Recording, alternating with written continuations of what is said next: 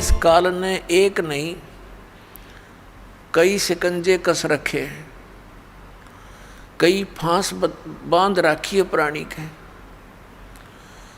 अब इस ज्ञान से, सत्संग से पुण्यात्माओं को जो सत परमात्मा की खोज में लगे हुए हैं, उनको ये तो विश्वास हो चुका है, लगभग हो जाएगा नहीं तो ज्ञान सुनने से, कि कबीर इज गॉड, कबीर परमात्मा है, सतपुरुष है। सारे प्रमाण दास ने दिखा दिए।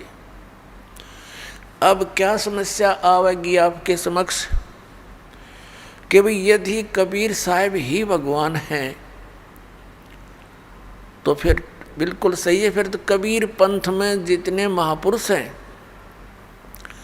जो गुरु पद पर हैं, आम जनता जनसाधारण के मन में, भोले भालों के मन में ये बात मन में आवेगी कि भी सबसे पुराना कबीर पंथ में कौन सा स्थान है, हमारे किया और बीमारी है। हम सबसे पुराने और बहुत उसको महत्वपूर्ण मानते हैं। तो पुण्यात्माओं, अब भोली आत्मा उन कबीर पंथ के उन नकली संतों के जाकर फंसना जा, इसलिए अब थोड़ा सा ये सतर्क और करना पड़ेगा। एक हमारा सेवक बना सन 1998 में,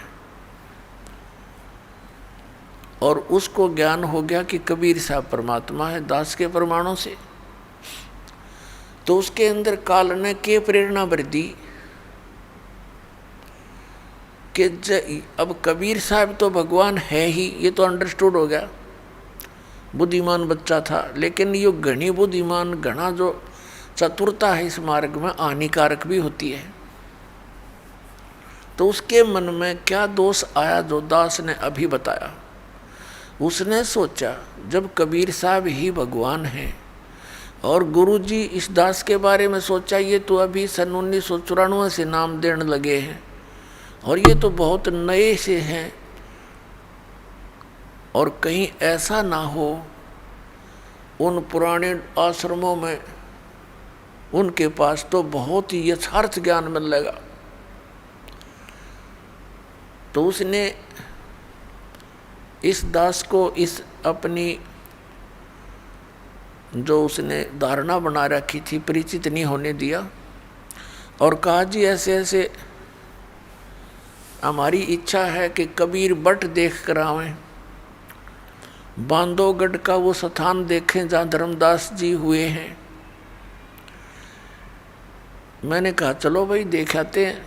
संगत थोड़ी थी, थोड़े ही भक्त बने थे सन 1998 में। फिर 99 की बात है, सन 2000 में फिर हम कहाँ गए, कबीर बट है एक, कबीर बट ये गुजरात स्टेट में भरूच एक शहर है। भरूच शहर से 12 किलोमीटर की दूरी पर एक मंगलेश्वर गांव है। मंगलेश्वर गांव के पास एक शुक्ल तीर्थ नाम का पहले एक गांव था, और उसमें जीवा दत्ता नाम के 2 ब्राह्मण भाई रहते थे, और वो परमात्मा के शिष्य हुए थे। उन्होंने ज्ञान सुना कि भी पूर्ण गुरु के बिना मोक्ष नहीं हो सकता। दोनों भाइयों ने विचार विमर्श किया कि भी हम जिस भी संत के ज्ञान विचार सुनते हैं हमने तो वो पूरा दिखाई देता है, अब हम कैसे निर्णय करें कि कौन सा पूरा है और कौन सा अधूरा है। तो उन्होंने अपनी ही सोच के आधार से एक फैसला कर लिया, निर्णय कर लिया कि हम अपने आंगन में एक सूखे वट वृक्ष की टहनी गाड़ेंगे, जैसे पौधा लगाते हैं गमला बनाकर, यानी नीचे गड्ढा बनाकर, और इन महापुरुषों के चरणामृत ला करके चरण धो के और इस टहनी में डालेंगे। और यदि ये हरि होगी तो हम मान लेंगे पूर्ण गुरु है।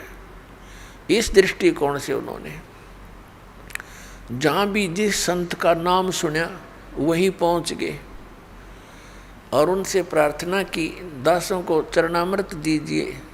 अब संत इस बात से नकारा नहीं करते कि लो बेटा ले लो, उनके चरण धोएं और डाल के पात्र में घर ले आवें, आते उसमें डालते हैं।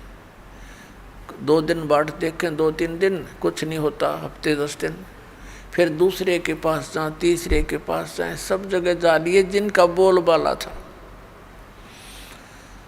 अब ये उनको ज्ञान हो गया था कि मनुष्य जीवन परमात्मा प्राप्ति के लिए ही प्राप्त हुआ है, और यदि मनुष्य जीवन प्राप्त करके भगवान मिले नहीं तो व्यर्थ है।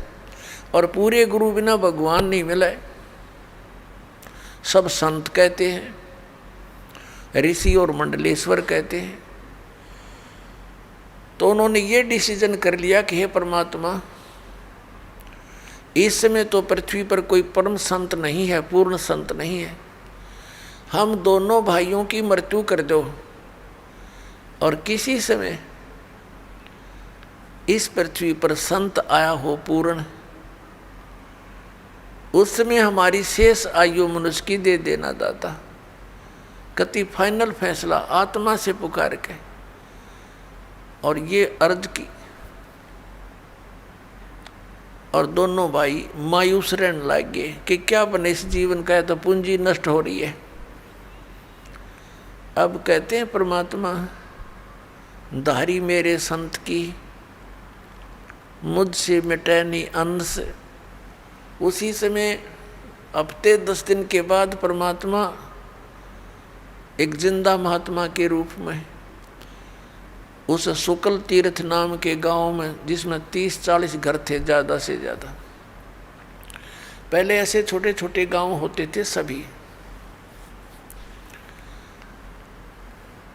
तो वहाँ गली में घूम रहे हैं और जीवा और दत्ता, जिसको तत्वा भी कहते हैं, उसके घर के सामने से और दूसरी गली में जा रहे थे। तो दत्ता बाहर आया। उस दत्ता ने देखा कि एक महात्मा जा रहा है। उसने अपने बड़े भाई जीवा से कहा कि जीवा, एक महात्मा जा रहा है, तेरी आज्ञा हो तो बुला लाऊं। अब जीवा कहने लगा, भाई रहने दे, क्यों जख्म को हरा कर रहा है, क्या करेगा बुला करके। ऐसे ऐसे मंडलेश्वरों को देख लिया, उनके पास कुछ नहीं हुआ। दत्ता ने फिर कहा, भाई मेरी तो इच्छा करती है संत को एक बार बुला लाऊं। जीवा ने कहा, भी देख ले, फिर मैं क्यों तेरी आत्मा को दुखाऊं, बुला ले। इतने में परमात्मा वापस आ गए, जैसे किसी का घर खोज रहे हो। और दत्ता पुण्यात्मा थी, चरणों में मत्था टेका, हे महाराज, आपके दास की झोपड़ी है, चरण रखना, आ जाओ यहाँ दर्शन देना, कुछ समय विश्राम करो। परमात्मा ने कहा, अच्छा भाई चलो। जाके जैसा भी कोई स्थान था बैठने के लिए दे दिया, कोई पीढ़ा मुड्ढा, परमात्मा बैठ गए। और जीवा कहता है, दत्ता कहाँ जी, वो लाना, साधु के चरण धोवाएंगे। अपनी लाए कोई प्रांत थाली और उसमें पानी डाल कर चरण धोए। अब जीवा कहता कि दत्ता ले जा इस जल को, चरणामृत को, और संतों के चरणामृत को गली में नहीं डाला करते, इसको अंदर डाल देना पौधे में। अच्छा जी।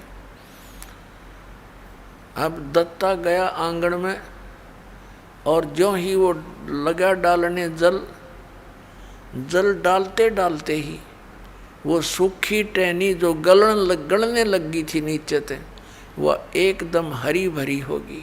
बोलो सतगुरुदेव।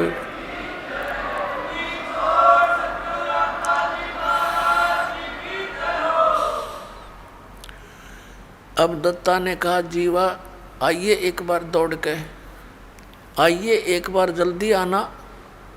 अब जीवा गया, क्या बात है, परमात्मा आगे, ये तो मालिक आगे, भगवान आगे। देखिए एकदम हरी भरी होगी टहनी, वट वृक्ष यानी बड़की टहनी सूखी थी। दोनों भाइयों ने एक एक पैर पकड़ लिया।